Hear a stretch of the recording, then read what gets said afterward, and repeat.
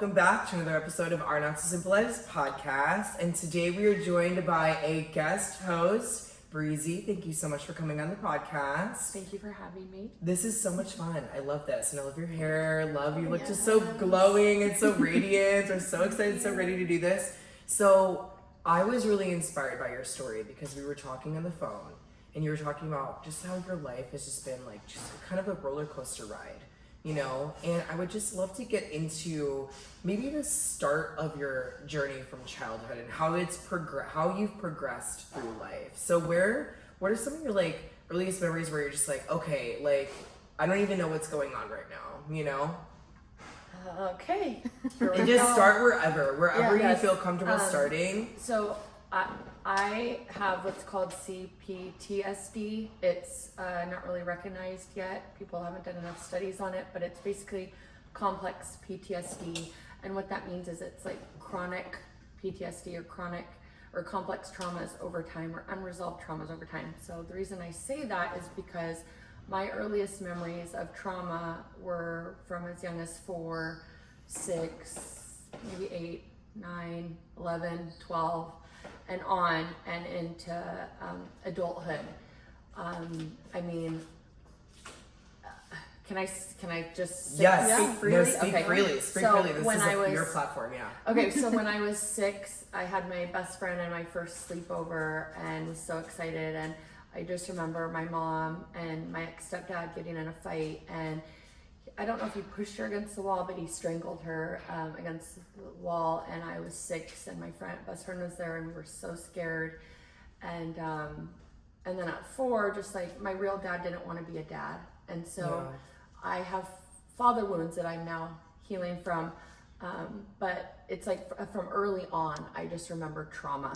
Yeah. And things that little girls shouldn't go through. I wasn't protected. Even driving here, I had a song from when I was with my best friend, and it just like brought some deja vu back, like being a little girl, like young little girl, and having grown ass men saying, "Oh, you're so pretty. Oh, you're gonna be a heartbreaker when you grow up," and like just like inappropriate comments. Well, maybe they didn't mean it, you know, at the time, and times are different supposedly. But it's like stuff that like now I remember, and it's like, okay, well that makes sense, that tracks. Yeah. Right. No, I think it's so powerful and so inspiring that you're bringing this to the podcast, because I think that it's something that's not really talked about a lot. It was a lot, especially like when we were young, that was really swept underneath the rug. Like we didn't talk about what happened behind closed doors, or like if something happened, you kept it quiet. And I feel like a lot of it changed with like the Me Too movement.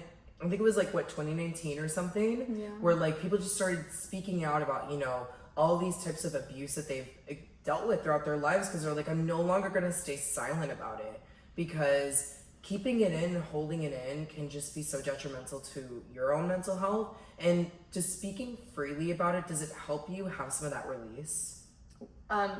Yes, and it's so interesting, a few things you said, because 2019 I was in a car accident, and I went from being super breezy before the car accident, meaning my whole life up until this past year I've been a people pleaser, doormat, like submissive people pleaser. Like we're trained as kids, or at least I was, and my family. I come from a family where, you know, you prayed and then you sweep everything under the rug, and like family history stuff, ancestry, like they don't want to talk about it, still even now.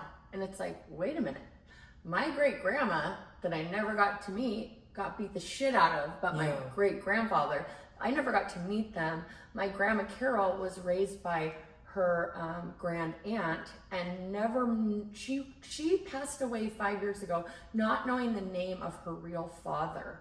And my great grandma Grace passed away allegedly from a brain aneurysm, but it's like, really? Really? What caused that brain aneurysm? Exactly. So my great grandma Grace, I think my grandma Carol, I don't really know about like the abuse from there. My mom, one of my sisters, Courtney, I don't know, sorry if you didn't want your name mentioned. And then what I remember now, my grandmother on my real father's side, also I witnessed 2 times my dad screaming at her. So there's abuse in my, like, both sides. And like, here I am now, I finally stood up for myself last year, and I said no more. And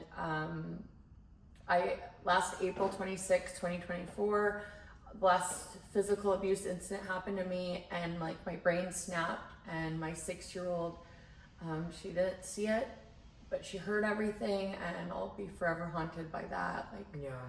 when I was pushed twice from the hallway by my bedroom into the bedroom, and then I froze, like this fucking simulation where I was the 6-year-old kid again. Yeah. And the mom. And yeah, it's kind of like something that like it triggered something inside of you where you're like, oh my gosh, I'm back in this cycle from where you're a kid again. Because they do say that like when you go through abuse when like you're a kid, you start to like, revert to more of a childlike mindset because of your like, okay, I feel safe in this mindset, I feel safe in this energy. And so just the fact that you're stuck in this cycle, you know, and how do you feel like now being on the flip side, like being a mom and having a daughter, knowing that like you needed someone like when you were a kid at 6 years old and now that she's younger, like and around the same age as like you were, how do you feel like that helps you as a mom to be like, I need to be this role model, this inspirational figure, someone that I needed when I was a kid? well, I just want to say that it's really complicated, and not only like a product of my childhood of abuse, 6 long-term relationships, including my marriage, all 6 when I look back, all had abuse, all had signs of abuse. And before kids, it's really easy to stay and, like you said, comfortable because it's what I was used to. It's like all I knew. Yeah. And I didn't know better. And Right. there were healthy relationships around, and like my best friends and different people. And now in adulthood, I've seen so many healthy relationships. But like when you have kids, and then like that moment, like April 26, 2024. I was a walking zombie after, and just, like I was for years actually, to be honest, married single mom. And the reason I got pushed is because I was like asking why you wouldn't help with dinner. Anyways, something small escalated. everything really I quickly. say right now, this isn't new, and like Yeah. this isn't a secret. So Yeah. but I want to say the reason why I'm bringing this up is because for a domestic violence survivor, and for all the domestic violence survivors out there, abuse is everywhere for all relationships, LGBTQIA community, it's prevalent everywhere, families everywhere. But in this case, April 26th, it still took me until September 25th, 2024 to file for divorce. Yeah. And then I submitted evidence, and I was granted my temporary restraining order September 30th. He was served with the divorce papers and the temporary restraining order papers on October 1st. So October 1st, up until recently, it's been all me. Yeah. And the reason I was able to do it is because of my girls. Like when I say my brain snapped, it's because I saw them. Like nobody protected me. Like Yeah. and How many daughters do you have? Sorry to cut you off. I have 2 daughters. 2 daughters. Okay, love that. They're now 5 and they're 7.5. Okay, 5 and 7.5. Okay. Yes, Perfect. and so this is why I'm doing it, and it's been really hard. And right now we're co-parenting. We went from having a professional supervisor to, since June 18th, not having a professional supervisor, like helping in between. Right. And so it's been very challenging this summer, very challenging for all of us. And so I've just been trying to do the best that I can, and like for them, be easy on myself, and then for them. And it's been so hard, but I'm so grateful I did it. I actually last year, August 6th, I went outside, and it was after the Hard Summer Festival, came back with my best friend, and August 6th, I went outside in my backyard and I prayed to God, please, please, please get me out of this marriage. Please get me out of this toxic marriage. Yeah. And then found out the next day he went through my phone. And then August 8th, the Lionsgate portal last year, I didn't know what that was. The reason I'm saying this is because now I do. Everything went down. Yeah. And I like nonchalantly asked why he didn't want to hang out for his birthday, and then he blew up, and then I had the door open. I had my shoes on in the house, which I don't like to have shoes on the house. Like I had like an exit strategy just that time to get out. And then we tried to go to marriage therapy August 12th, which is the end of the Lionsgate portal. I'm sorry, I've become very spiritual. No, I love it. I think it's so helpful and it helps guide you. It saved me this past year. Yeah, exactly. And so what would you say to other women right now who might be listening that are in a domestic abuse situation? Like, what advice would you have for them?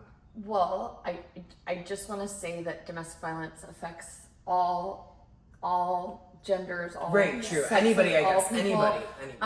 But yes, primarily it is women. And right now, like, I mean, I'm writing a book and I'm gonna have a survivor's guide. I'm gonna have all the things that help me. But I'd like to maybe just talk about last September 21st was our wedding anniversary, and shit that happened from August to September that led me to file. Like, I legit went downtown to try to file for divorce just to get it started. Not once, not twice, but finally for real, September 25th. This isn't easy. This is not like, I got married for forever. Like, isn't that the point of getting married? Yeah, you said your vows, And I never wanted to be like my mother. I never wanted to be like her. I was never going to be like my mother. My 20s, like as soon as I drank, I became an alcoholic. But sorry, I have ADHD. So you're good. You're fine. Yeah. Back to that weekend. So last September, so I was triggered for our wedding anniversary. He would not fucking leave the house. He wouldn't leave the house for a day. And like, I tell him now to this day, if he would have been a fraction better or nicer, just like a fraction, we'd still be fucking married. Yeah. But he wouldn't leave, and I had started therapy in August, and because we went to that therapist August 12th last year, stuff that I had fucking stuffed down to my toes, like there was abuse in 2008, and I say abuse, I mean physical. 2008 when I was drinking, 2010 when I was drinking, and I was gaslit. He told everyone I was crazy. It was because of my drinking, and so much. I was 26 when I met him, so of course, I was crazy. We're in PB, we're partying our faces off. Yeah, that makes sense. But I remembered those last year, like, and then I got sober. I stopped drinking August 5th, 2011. So we got married September 21st, 2013, and then so I'm not drinking. And then, so I look back, there was a physical incident, 2016. I want to say, it was spring. Let's say spring 2016. And it was the morning of us going to our first infertility appointment, because I struggled to get pregnant for 4 years. And made the mistake of telling him the right time. He took the day off. He has a problem with being on time. And anyways, I threw a box, like a shoe box, because I thought he wanted to have a baby. I thought this was so important for us. Right. And I threw it against the wall. Well, he happened to put his head around the corner and looked at me, and it set him off and got kicked in the stomach a few times. And then, like, what do? Well, we got to get to that appointment. So I just left in the car, and then I never told a soul. Like, not my best friend. And so it's just kind of like you're carrying down what you experienced in your parents, how like you swept under, like you're like carrying on what they did.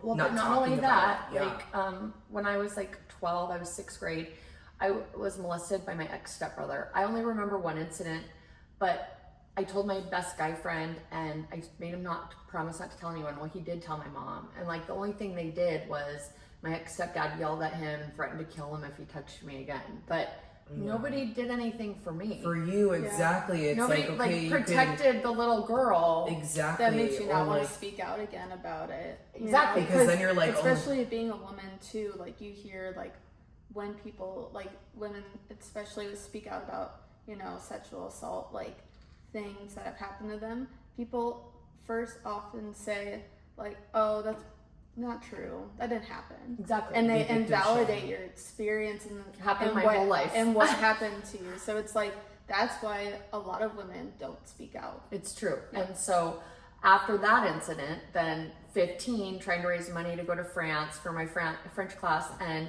this grown-ass fucking adult man, like a family friend, you know, That's always how it is. and 45 minutes away, I grew up in the foothills of Mount Rainier, so small farm town, graduated 5,000 people. Like, Oh, wow. we didn't have diversity. Like, it was homophobic, transphobic, misogynistic. Like, you went cow tipping. Like, I just have so much trauma. Like, I had a fake ID when I was 17. I moved to Seattle. I couldn't leave fast enough. I was commuting an hour to go to school. I still graduated third of my class. Like, but yet I was like already going, you know? I was like, I couldn't leave fast enough because it was just like all the traumas there. But like then that 15-year-old that like was inappropriately grabbed, you know, oh, get lip massage. It's like, okay, you're like 40 and I'm 15. Like, I never told a soul. I never told a soul. And then when my mom finally stood up for herself, because my ex-stepdad, I remember the one physical incident, but he verbally abused her on a weekly basis. Like she had my two sisters, so they're like my half siblings. And then, so 4 years apart, 7 years apart, and then my baby brother 11 years apart because he had to have a boy. And my mom then had stopped smoking for me. Like no judgment, but for me, like smoking cigarettes, I always remembered being like, felt like guilt and shame because like only my parents did that, I thought. And so like when I was little, my grandpa and I really talked to my grandma and my mom about stop smoking. They went to a hypnotist, my ex-stepdad wouldn't. Well, anyways, my mom stopped smoking. She gained 80 pounds with my brother. She was on bed rest and he called her fat pig like every day. He said the worst of the worst. He's like, I could do so much better. I just remember the worst things you could say to a woman. And so when I was 17, I finally snapped and I was like, fuck you. Fuck off, I fucking hate you, and I slammed the bathroom door. So my ex-stepdad, who adopted me and gave me his last name when I was 4 years old, because my mom wanted me to have a dad, because my dad didn't want to be my dad, because my mom was a model, but she had me when she was 22. So kids having kids, like she did the best she could, and you know we've come a long way, but he broke the bathroom door down and almost punched me in the face. And I know he would have broke my nose. Like this motherfucker like hunts. He has guns. Like, and what do narcissist abusive men do? So I moved in with my grandparents. They were always like my parents growing up and I miss them with all my heart.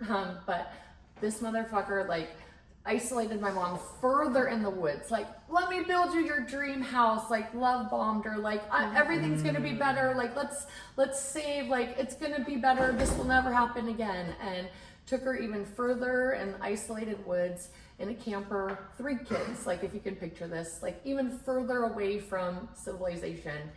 And then he started doing work for the neighbors, and then next thing you know, he had an affair with a woman that's like my mini mother. Yeah. And then my mom finally she snapped and stood up for herself. And so my senior year of high school, she finally divorced him. Well, then she, you know, all of her trauma and everything, then she had her, you know, crisis. But then what did I do? I went to college. I was straight A, self-driven, ambitious, like I'm getting out of here. Yeah, so where did you go to college at? I went to Seattle University for my freshman year, but still too close to home, 45 minutes away. So they were doing my laundry and I was out partying, dancing on tables. Like I was modeling, my modeling agent, like sweet man, met me in Cabo. I got discovered after doing a Hawaiian Tropics bikini contest at 19, but it was when it was when Girls Gone Wild came out, so it was like still I was like, no thank you, I don't want evidence, like I like, you know, that's where my shadiness started, because I was like, I wanted to be on TV or I wanted to be a politician. But what happened at 17, so my first boyfriend was the high school football captain. I was then cheerleading captain. He screamed at me for wearing a tight shirt. So it's like, oh my god! So it's like, here we go. Now we're back in this cycle where it's like you can't get away from it. No, you're like you left your town to escape that abuse, that yelling, that all of that you're going through, and then here you are, first relationship, and now you're getting yelled at, and it's everything's the PTSD, like you were saying earlier. Just everything's coming back. Yes, you know. Yes, and then but the reason I bring it up is because each boyfriend, it was like a 3-year age gap. Then my second boyfriend, a 5-year age gap. So I was 17, 22. Then what did I do at 19? Oh, let's go to a 28-year-old, you know? And then the next 2 were like, I don't know, 9 years older or whatever. And then my ex-husband, 11 years older.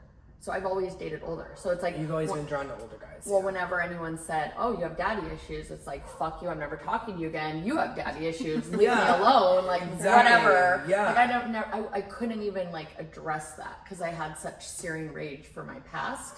And then when I stopped drinking, I still hated them. Like, okay, yeah, sure, I'll pray for them, like whatever. But I'm not really gonna forgive them. Yeah, not you after can what forgive, they did to me. Like, you forgive for yourself, but you don't like forget what they did to you. You know what I'm saying? No. Like, It kind of puts things more in perspective for you too, especially if you had been drinking so much and then you went sober. It really gives you like that clarity in your mind. You're like, that's not right. Like that, that shouldn't have happened even if I was drinking. Like things like that, and you really start to kind of, focus on those situations when you become sober. I feel like, and it puts you in a better mindset too, and what you want in your life going forward.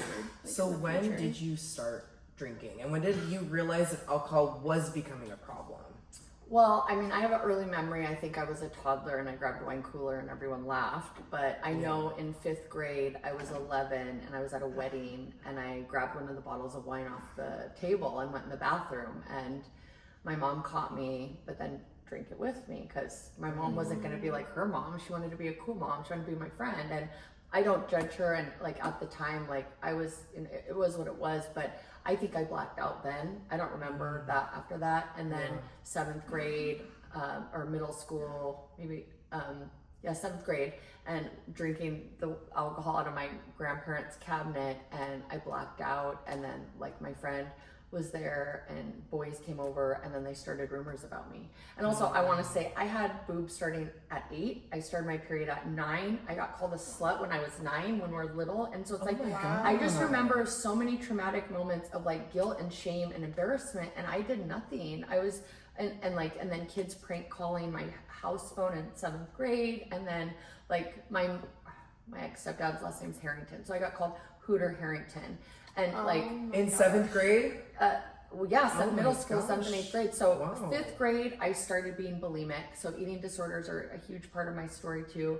And my mom caught me, or one of the kids caught me and then told my mom. And then so they threatened to send me to a hospital, but no one did. So then I just was like, well, then I'll just stop eating. So then when that stuff started happening in middle school, and I was one of the popular kids, and I got treated this way. I went from 120 pounds in 7th grade to 98 pounds in 8th grade. Oh my gosh. And I remember like 3 days, like I wouldn't eat, and I wouldn't eat at school. I ate maybe just green beans. Like it was this control thing. I've come to learn it, just my individual like shadow work, or like this journey this last year. But my family, they meant well, and they sent me to my pastor, great uncle, and he prayed for me. And then my grandma took me shopping at Nordstrom's, and then I just tried to be, better. But no one ever got me like real help. I don't know if it's because it was the 90s. Like I was a freshman in 98. I graduated high school 2001. Yeah. So I am 43. I know I don't look it. Yeah, period. But yeah, so this was a different time. It was. And from where I'm from, like resources, I think back then maybe were more in urban areas like Seattle. Well, my family lives an hour southeast of Seattle. So it maybe it was there, but what they did, the best they could. Like this is how I can accept the past, is just everyone did the best they could with what they had. And it's kind of how I'm helping myself be easy on myself, because I've always been my harshest critic. Like I can tear myself to shreds in 10 seconds, even now with therapy and help and all the tools I have in the village and all the people. Thank you. You know who you are. Thank you, everyone. Because I have a lot of trauma responses. When I say CPTSD, narcissistic abuse survivor, domestic violence survivor, SA survivor. I was not only molested, but I was raped multiple times. Oh my gosh. I remember the first time I was 19, and I think the guy was like 28 or 30. He wasn't my boyfriend. My boyfriend and I got in a fight at a party, so I went off with this guy I barely knew, blacked out, and when I came to, my butt was hurting and I didn't know what happened. Was it in college? It was around right when I was starting college, Okay. Yeah. Yeah, it was like, and I say that because it's just like all this stuff has surfaced this past year. Things surfaced that I I stuffed down.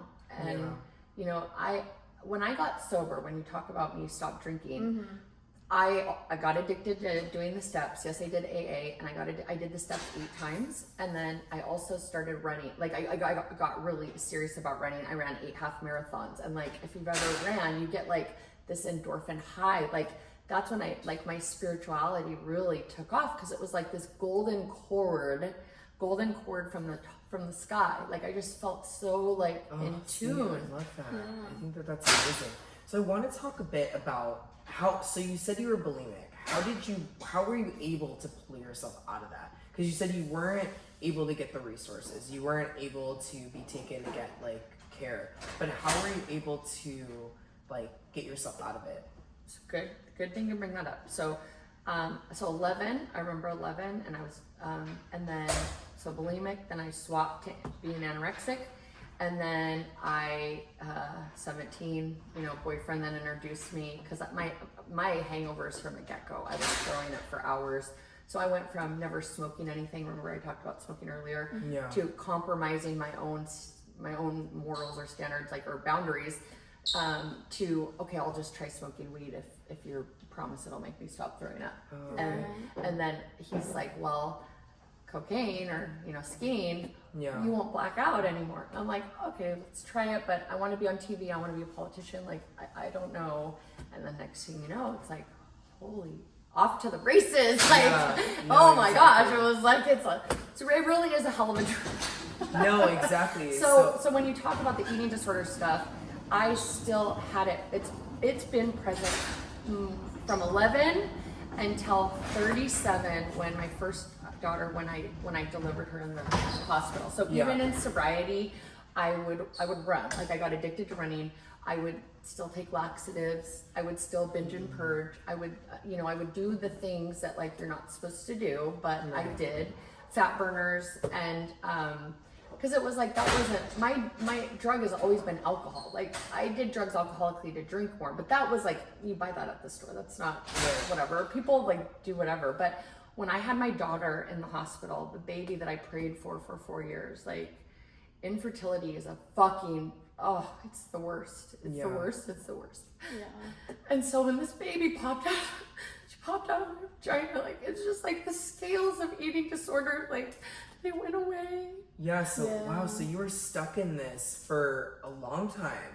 You had like an unhealthy relationship body with dysmorphia the whole time. And then 2019, you brought up 2019 earlier. So my daughter was born in 2017, and even then, like everything changed. Like for me, like she became my world. But I was a married single mom from the beginning. Like my ex, like, you know, he was the baby. He, like, his family did everything for him. It's a cultural and an age thing. But anyways, we moved into our house in 2019. Also, when we were in escrow on our property, I was rear-ended with my baby that I prayed for 4 years. My gosh. And I could see in the rear view mirror that he was going to hit us. Yeah. And so, like, I braced for impact. Yeah. So I have like herniated discs in my neck and back. And the reason I bring that up is because this spiritual tool of running that I used to do without a second thought, like I'm the bitch who goes to the club and wears stilettos till 2 a.m, pregnant with this baby, like at the Abbey. Like I was like that girl, like work out every day, no regard, like whatever. But when we were rear-ended, that super breezy died in that car accident. So I haven't done a race since April 2019. Is that something you'd want to get back into? I do. I haven't been able to work out. Like this is all because of, my car accident case. I had the male defense attorney tell me at mediation, through the mediator, that I wasn't injured. I was just fat. This male attorney, you know who you are if you see this. This male attorney at mediation said, she's not injured, she's just fat. She's just fat, she had a baby. Look, I got a photo. He has a photo of me as 140 pounds, hunched over when I dropped off the car without my consent. And that's what he brought to mediation. 140 pounds, size 4 jeans, mind you, size 4 jeans. So when that happened, 2022, so 2021, I was 165 pounds because after losing my grandma November 1st, 2020, I went from like the eating disorder stuff, and then I stopped. To get through my grief, I started emotionally eating. Like, and I never did that before in my life. So it went from like not eating enough to now binge eating, still continuing this unhealthy and relationship not throwing with it food. up. It was like right. pizza every week. It was like onion rings. It was just survival mode. But also with my ex, he wasn't helping. I was drowning in grief. I had a baby and a toddler, and he wasn't helping. And then like whenever I spoke up, that's when I got abused. And he verbally, every form of abuse is part of my marriage. And he knows this, and this isn't any news. And if he wants to argue, go take a lie detector test, because I'm telling my truth. This is my experience. This is my story. You're speaking your truth, and that's so important for you to be able to voice this and tell your story. It's a part of your story, and like you said, like we were talking in the beginning, like letting this out and sharing your story not only is good for you, but it can help someone else that's going through this kind of stuff. And that's, you know what I'm saying? And that's why it's powerful, and that's why it's so good. I was gonna say, it's incredibly like brave of you to even speak about any of this on here. So thank you for sharing that, because I'm almost positive you're helping somebody that is gonna listen to this. Thank you. So I'm very proud of you. Yeah, I'm proud of you. It was so refreshing how you were so be open and be vulnerable and just share your story. And I feel like you were saying, Lainey, I think somebody listening right now is in one of those situations, whether it's bulimia or in, you know, a domestic violence situation, or with struggling with alcohol. I think that from your story and from sharing what you've been through, someone's gonna have the strength to be like, okay, she can do it, so can I.